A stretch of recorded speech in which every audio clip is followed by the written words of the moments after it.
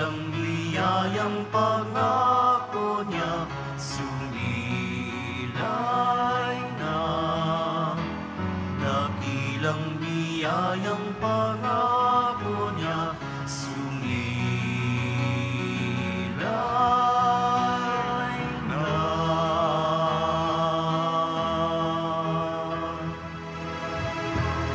Sa ngalan ng Ama at ng Anak at ng Espiritu Santo. Amen. Ang pagpapala ng ating Panginoon Kristo, ang pag-ibig ng Diyos Ama, at ang pakikipagkaisa ng Espiritu Santo naway suma inyong lahat. At sumaiyo rin. Ginugunita po natin si Santa Rosa de Lima. Santa Rosa de Lima, dalaga. Siya po ay pangalawang patrona ng bansang Pilipinas. Hilingin natin ang kanyang pamamagitan upang ipagdasal ang bansang Pilipinas. Mga kapatid, tinipon tayo bilang kaanib ng angka ng Diyos.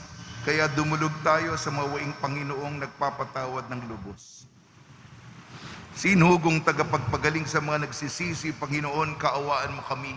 Panginoon, kaawaan mo kami. Dumating na tagapag-anyayang mga makasalanan ay magsisi, Kristo, kaawaan mo kami. Kristo, kaawaan mo kami. Nakaluklok ka sa kanan ng Diyos Ama para ipamagitan kami, Panginoon, kaawaan mo kami. Panginoon, kaawaan mo kami. Kaawaan tayo ng makapangyarihan Diyos, patawarin tayo sa ating makasalanan, at patnubayan tayo sa buhay na walang hanggan. Amen. Manalangin tayo. Ama naming makapangyarihan, ginawa mong si Santa Rosa ay mag-alab sa iyong pag-ibig. Ano pat nilisa niya ang tanang bagay sa daigdig upang tanging para sa iyo'y makapamuhay nang may matinding pagtitiis na bukal sa kalooban. Bilang tugon sa kanyang pagdalangin, kami naway tumatahak sa iyong landasin na makalasap ng tamis ng pag-ibig sa iyong piling. Sa pamamagitan ni Kristo kasama ng Espiritu Santo, magpasawalang hanggan. Amen. Ang simula ng unang sulat ni Apostol San Pablo sa mga taga-Tesalonika. Mula kina Pablo, Silas at Timoteo, sa simbahan sa Tesalonika, mga hinirang ng Diyos Ama at ng Panginoong Hesukristo, sumainyo nawa ang pagpapala at kapayapaan.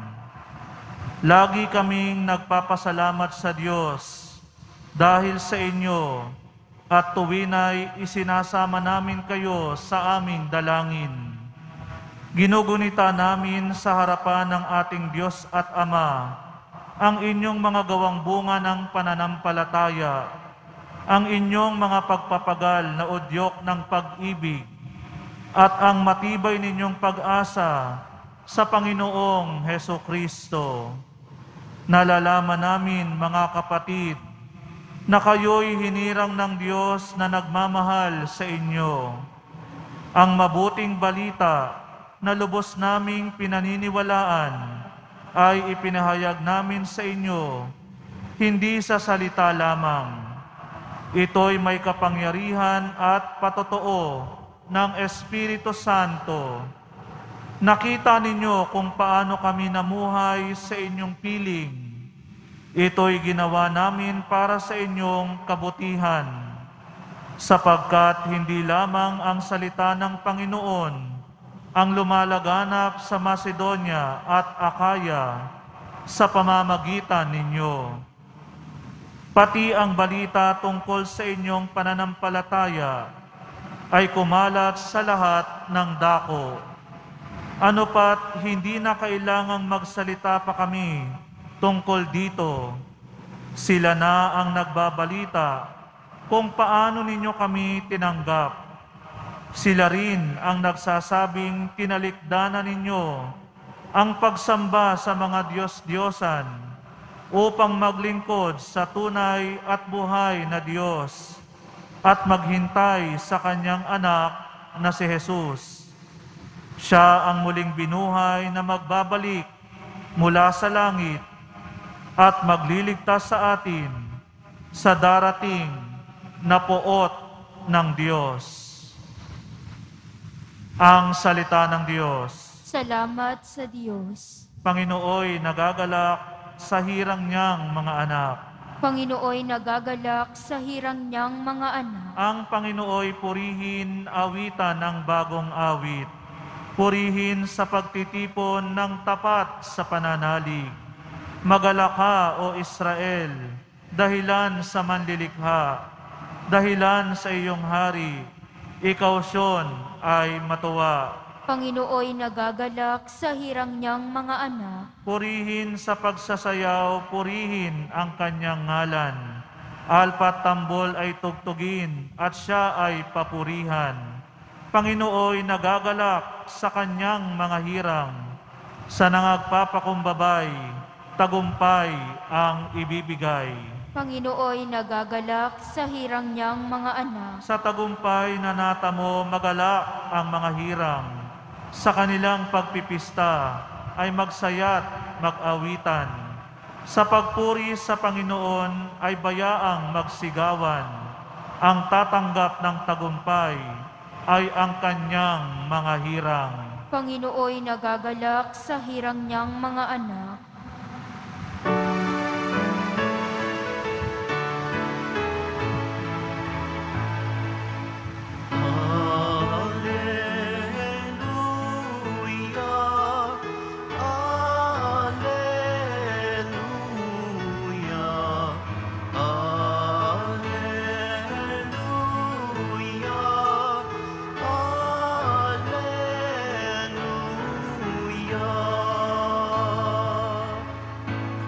Ang tinig ko'y pakikinggan ng kabilang sa aking kawan.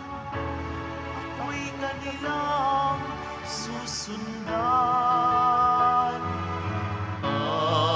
Alleluia, Alleluia, Alleluia, Alleluia.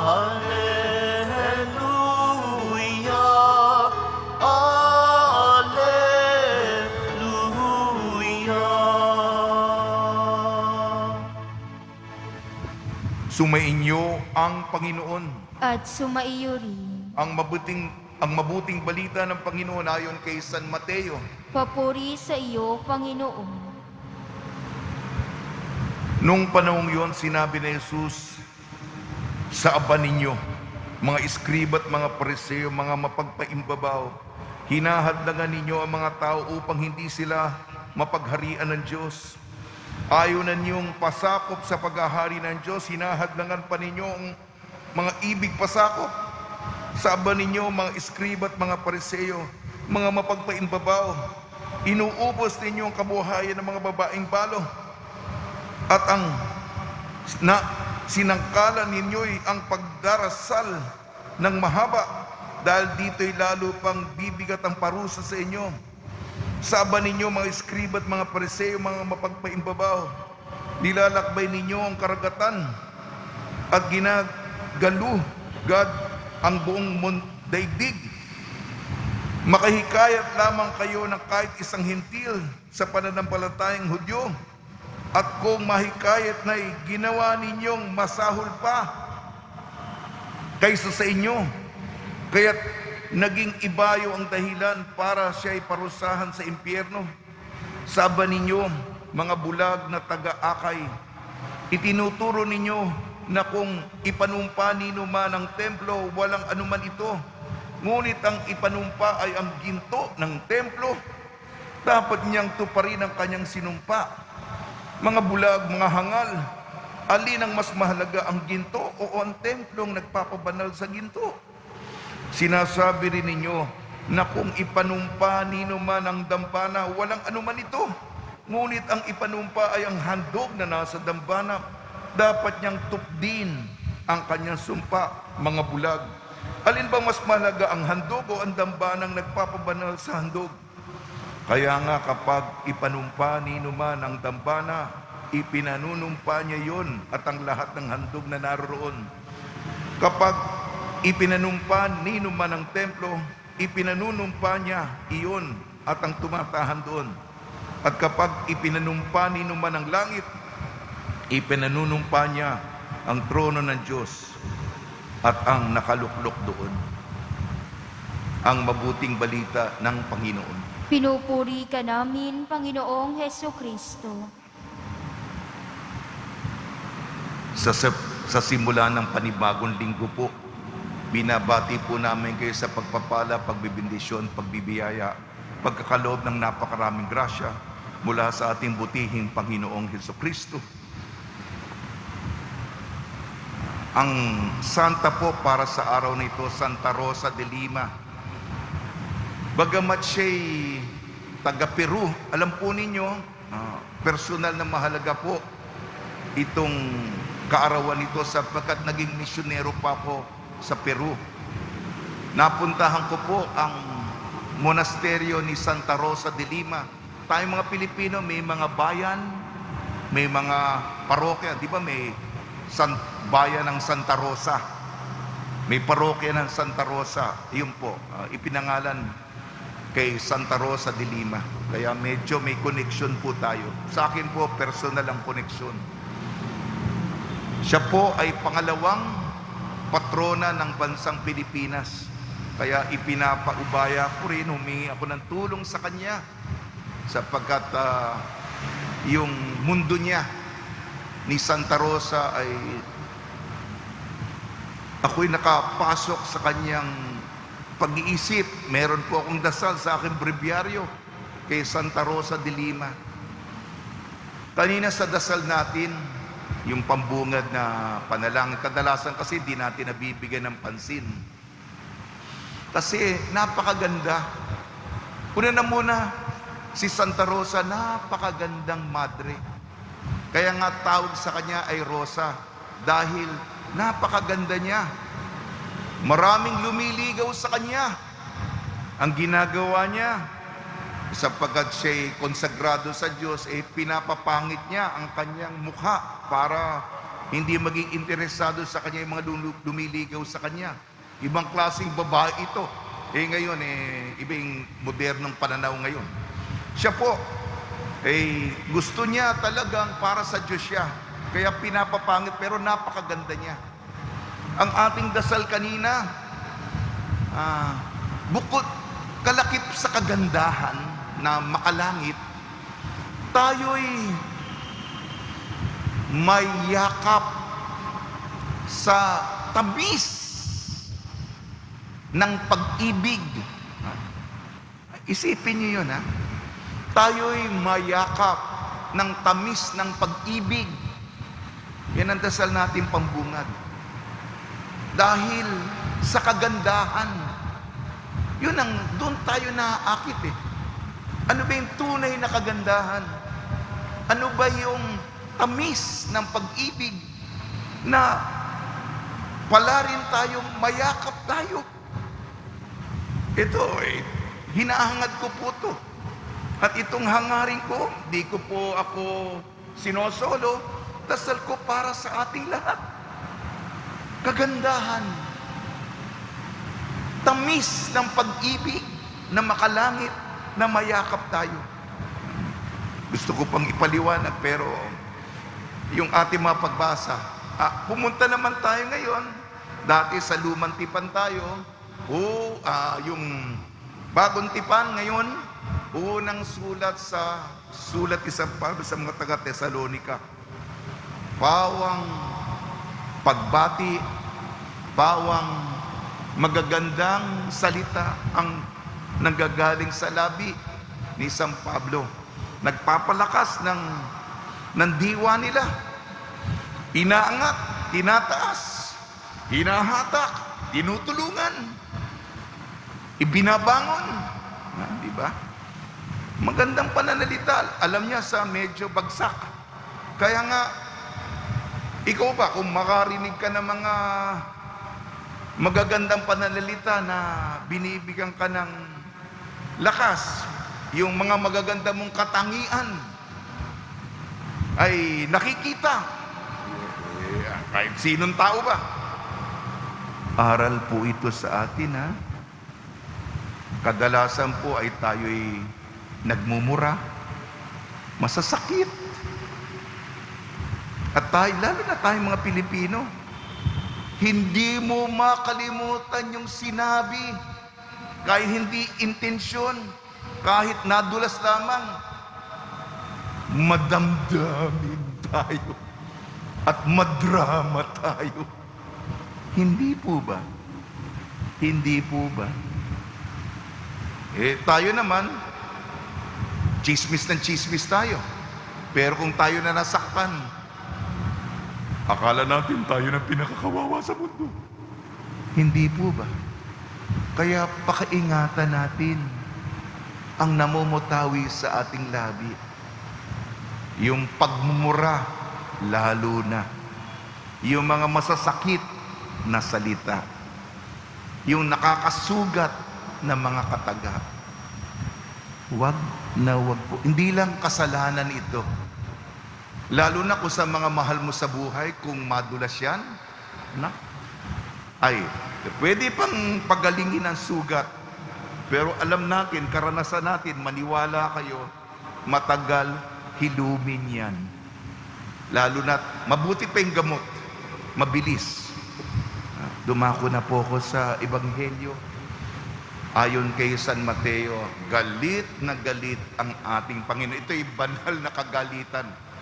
Paano naman ang mga Pariseo, mga reliyosong mga otoridad, mga pinuno ng reliyon, mapagkungwari, mapagpaimbabaw. Hindi ba, kung ako ang pinunong reliyoso, hinahata ko kayo sa bahay ng Ama? Yun ang objektibo, yun ang layunin. Mamuno, alika, itipon natin, itayo natin ito, sama-sama tayong lumapit sa Diyos. Kaya baliktad ang nangyayari. Bukod sa masamang halimbawa, hinahadlagan pa nila. Dapat pasok. Ay, hindi. Teka lang. Bakit hinahadlagan nila? Contribution muna, abulay muna, pera muna. Yan ang nakita ni Jesus. Mahalaga pala yung handog, mahalaga pala yung ginto. Napapakamot ng ulo si Jesus. Ano ba mas mahalaga? Yung bahay ng Diyos o yung kolekta? Mahalaga yung kolekta, pero ano ba mas matimbang at mahalaga sa lahat? Parang hindi mahalaga yung bahay ng Diyos, pero yung kolekta na yan, yan po. Kaya lalong, siguro hindi sa inyo, para sa akin, para sa aming mga pare at mga namumuno sa inyo, isang malaking paalala ito na huwag maging paimbabaw. Yung mapagpaimbabaw, mababaw. Pera lang ang gusto. Binobola kayo, pero ang habol talaga yung pera ninyo. Ayan, sinesermonan ko po ang aking sarili. Patama ng Panginoon. Pero kaya nga dapat malinis ang ating hangarin. Maging totoo, maging tunay, maging autentiko, maging dalisay, tularan si Maria na Immaculada, lalong-lalo na ang kagandahan ni Santa Rosa de Lima. Mabalik ako kay Santa Rosa sapagkat naging misyonero po ako sa Peru. Hindi ko napahabain, marami ko mga karanasan bilang misyonero, pero mula kay Santa Rosa de Lima ay natutunan ko doon ay yung una, ano ba buhay natin? Ang buhay natin, hinahanap natin yung pag-ibig na wagas, na tunay, na matamis, na pangmatagalan, na pang magpakailanman. Yan ang lihim ni Santa Rosa de Lima. Ang kahilingan ko sa kanya bilang pangalawang patrona natin, nagdadasal para sa atin sapagkat baka akala nyo paulit-ulit akong pinapalakas ang sarili nyo. Si Santa Rosa ang magbibigay lakas sa atin. Nakatitiyak tayo, sigurado tayo, nakatitiyak tayo na sa dulo ng ating kwento, ano ang magwawagi? Kagandahan. Tamis ng pag-ibig. Yakap ng sumisinta sa atin. Nakatitiyak tayo doon. Sa tulong ni Maria, ni San Jose, ni Santa Rosa de Lima, mga santong tumutulong tuwing may pandemya, lalong-lalo na si San Roque, nawa, lalong-lalo na yung mga pare, maging tunay, hindi kami mapag-imbabaw, hindi kami hipokrito sa inyong harapan.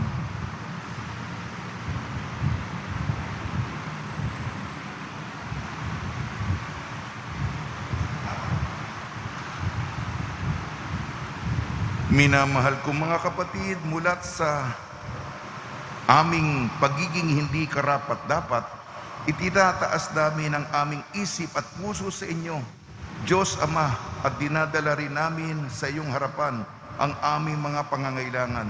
Tugon po natin, Ama sa langit, Ikaw ang lahat sa amin. Ama sa langit, Ikaw ang lahat sa amin. Ang simbahan, lalo na ang kanyang mga pinuno, naway isa puso ang gawaing pagpapanibago at pagbabalik loob.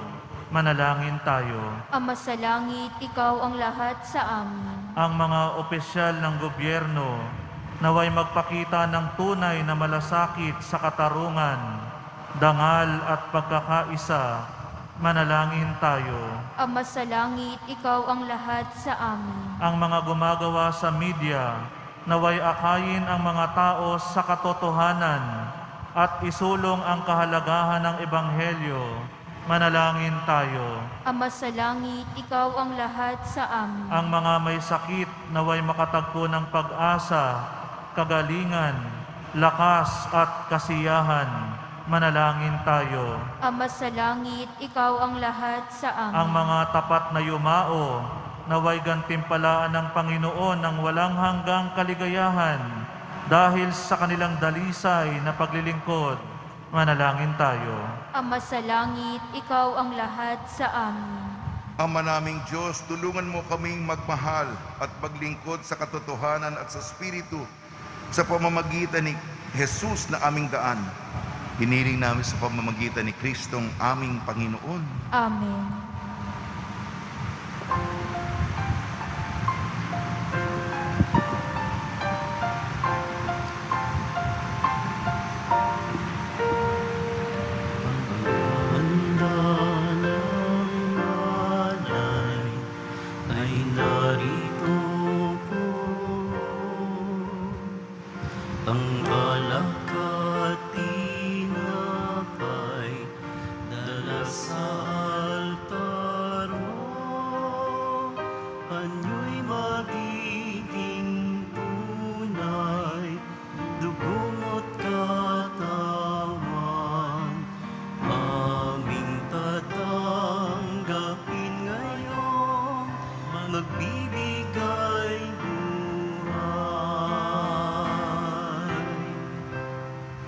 Maghahanda ng alay, ngayon ay sisimlan. Ang alak at tinapay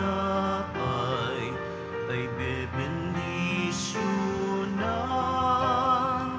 Anyo'y magiging tunay, dugo mo't katawan. Aming tatanggapin sa pakikinabang.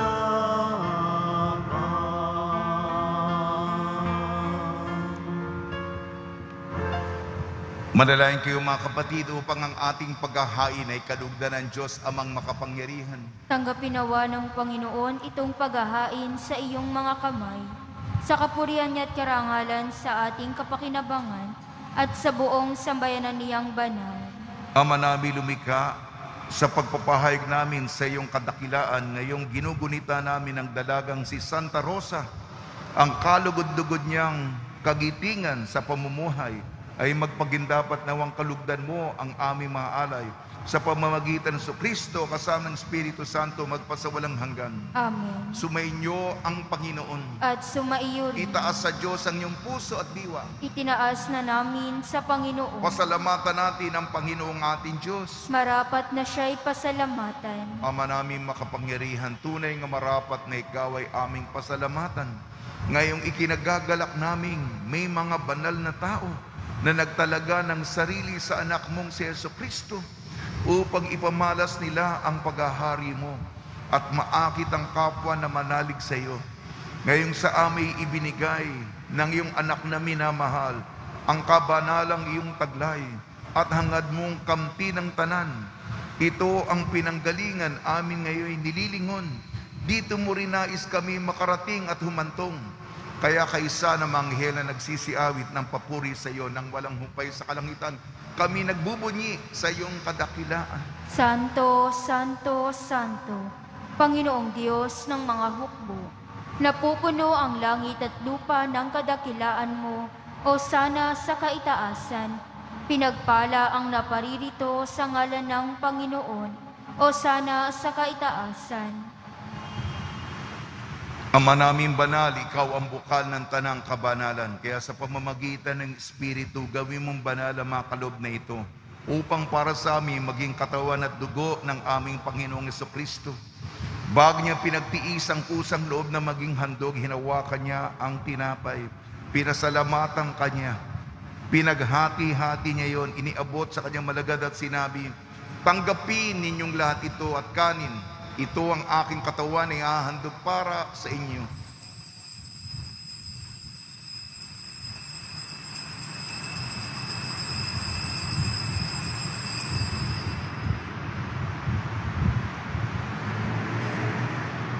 Gayun din naman nang matapos ang hapunan, hinawakan niya ang kalis. Muli kanyang pinasalamatan. Inabot niyang kalis sa kanyang malagad at sinabi, tanggapin ninyong lahat ito at inumin. Itong kalis ng aking dugo, ng bago at walang hanggan tipan. Aking dugo ni bubuhos para sa inyo at para sa lahat sa ikapagpapatawad ng mga kasalanan. Gawin ninyo sa pag-alala sa akin.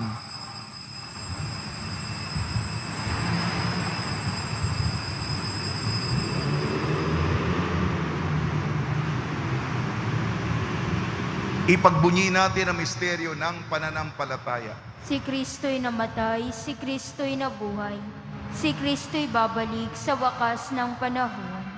Ama, ginagawa namin ngayon ang pag-alala sa pagkamatay at muling pagkabuhay ng iyong anak.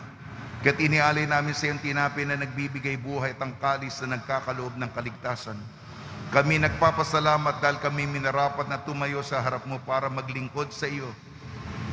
Isinasamo namin kami magsasalo-salo sa katawan at dugo ni Kristo ay mabuklod sa pagkakaisa sa pamamagitan ng Espiritu Santo. Ama, lingapin mo yung simbahang laganap sa buong daigdig. Puspusin mo kami sa pag-ibig kaysa ni Francisco na aming Papa, ni Jose na aming Obispo at ng Tanang Kaparian. Alalahanin mo rin ang mga kapatid namin na himlay na may pag-asang sila'y muling mabubuhay, gayon din ang lahat ng mga pumanaw.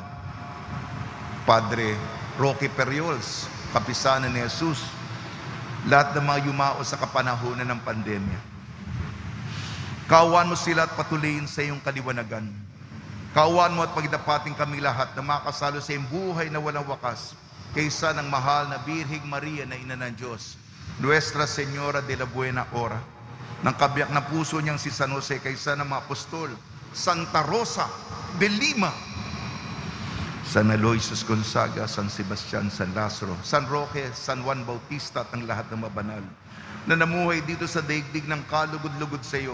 May pagdiwang nawa namin ang pagpupuri sa ikararangal mo sa pamamagitan ng anak na aming Panginoong Jesucristo.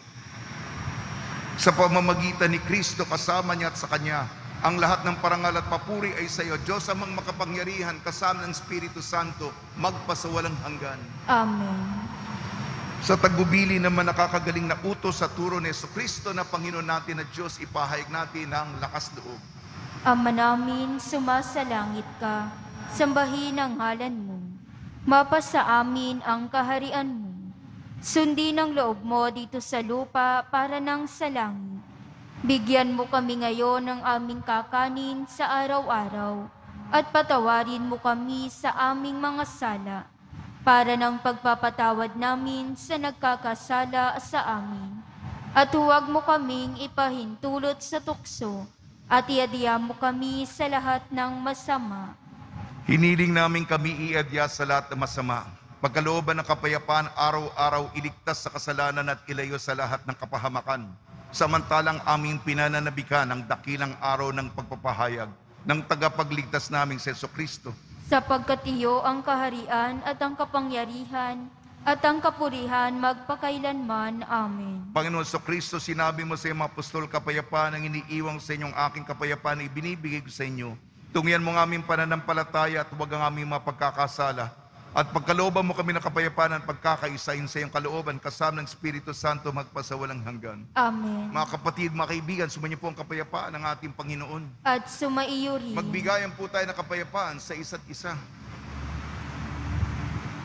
Kordero ng Diyos na nag-aalis ng mga kasalanan ng sanlibutan, maawa ka sa amin.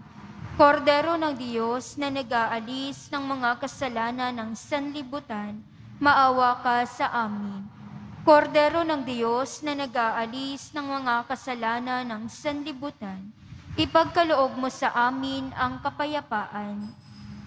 Ito ang kordero ng Diyos, ito nag-aalis ng kasalanan ng sanlibutan, mapalad na mga inayayahan sa kanyang piging. Panginoon, hindi ako karapat-dapat na magpatuloy sa iyo, ngunit sa isang salita mo lamang ay gagaling na ako.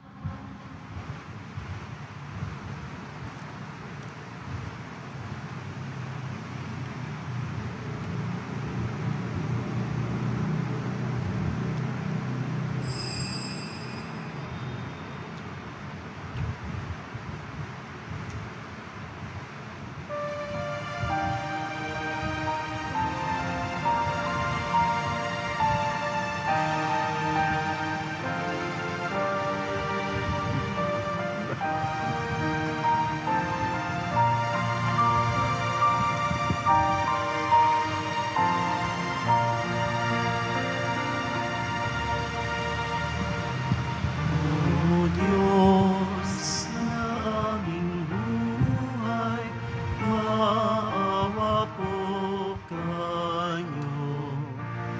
Ingatan aming bahay, minsana'y ilayo. Salamat sa pamilya at sa kaibigan, kaloob na biyaya, naway walang hanggan.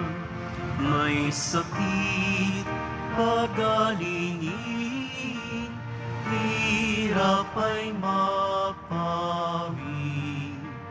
Amin pong panalangin, langit ay mapawi. Tayo ay mapabilang sa kaharian niya. Araw ng bagong silang, lugar ng ligaya. Kapiling si Maria, pati si San Jose, anghel na masasaya, apostol na 12. Oo, Senyor, purihin, haring nasa trono, kanyang alay sa paligid, di Nazareno.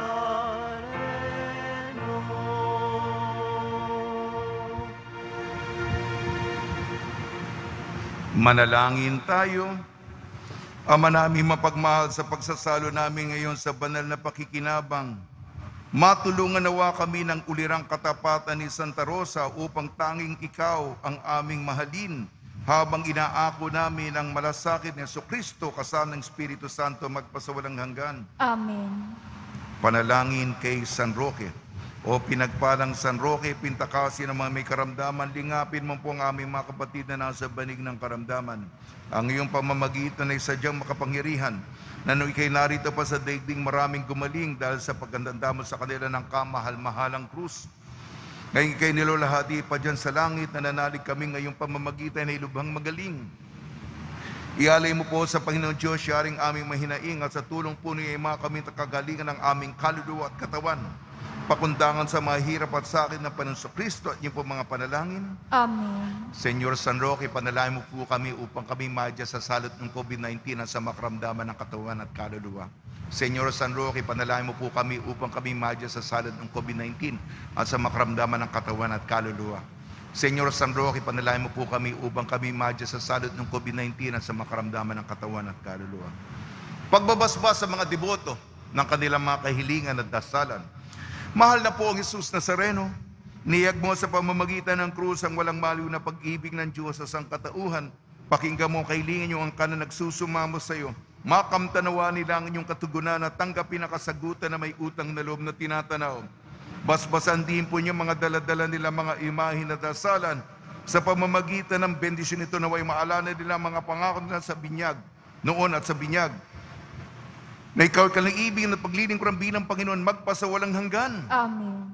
Sumainyo ang Panginoon At sumaiyo at rin. pagpalain kayo ng makapangyarihan Diyos, Ama, Anak at Espiritu Santo.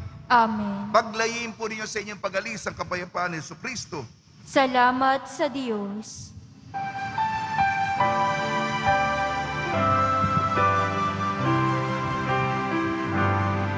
Nuestro Padre Jesús Nazaret.